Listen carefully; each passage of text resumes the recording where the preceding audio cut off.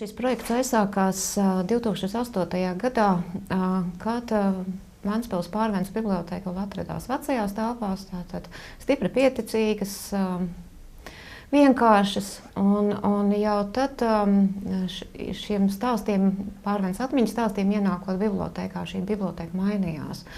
Šī bibliotēka mainījās tādā ziņā, ka šie cilvēki jutās piederīgi bibliotēkai. Savukārt, jaunajās, skaistajās Pārvences bibliotēkas telpās šie stāsti ļoti ātri iedzīvojās. Manuprāt, šie iegūmi ir ļoti daudz. Pirmkārt, jau tāds tīri materiāls, varbūt pašai bibliotēkai, ka viņi iegūst šos stāstus. Pārvences bibliotēkas gadījumā tie ir novadpētniecības stāsti. Tie ir stāsti par to vietu, kāda tā izskatījās pirms gadiem 30, 40, 50, par tiem cilvēkiem, kas šeit ir dzīvojuši. Paši cilvēki iegūst iespēju pirmkārt jau tikties, iespēju justies noderīgiem, iespēju varbūt pēc šī stāsta pasākuma satikt kādu sen nesatiktu cilvēku, savu bērnības draugu.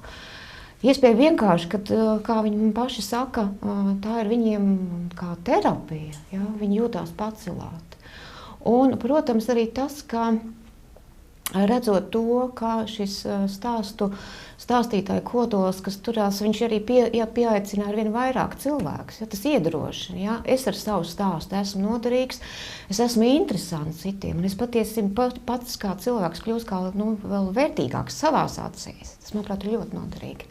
Runājot par stāstu valodu, Pārvences atmiņu stāsti notiek ventiņu valodā.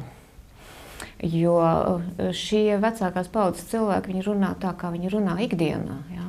Un līdz ar to tur ir gan ļoti daudz tādu specifisku aizmirstu vārdu, kurus varbūt ikdienā nelieto. Un, protams, ir tādi, tā kā ikdienā arī runā ne tikai vecākā paudze, bet arī jaunākie ventspilnieki. Ja? Tā ir tā ventiņa izloksne.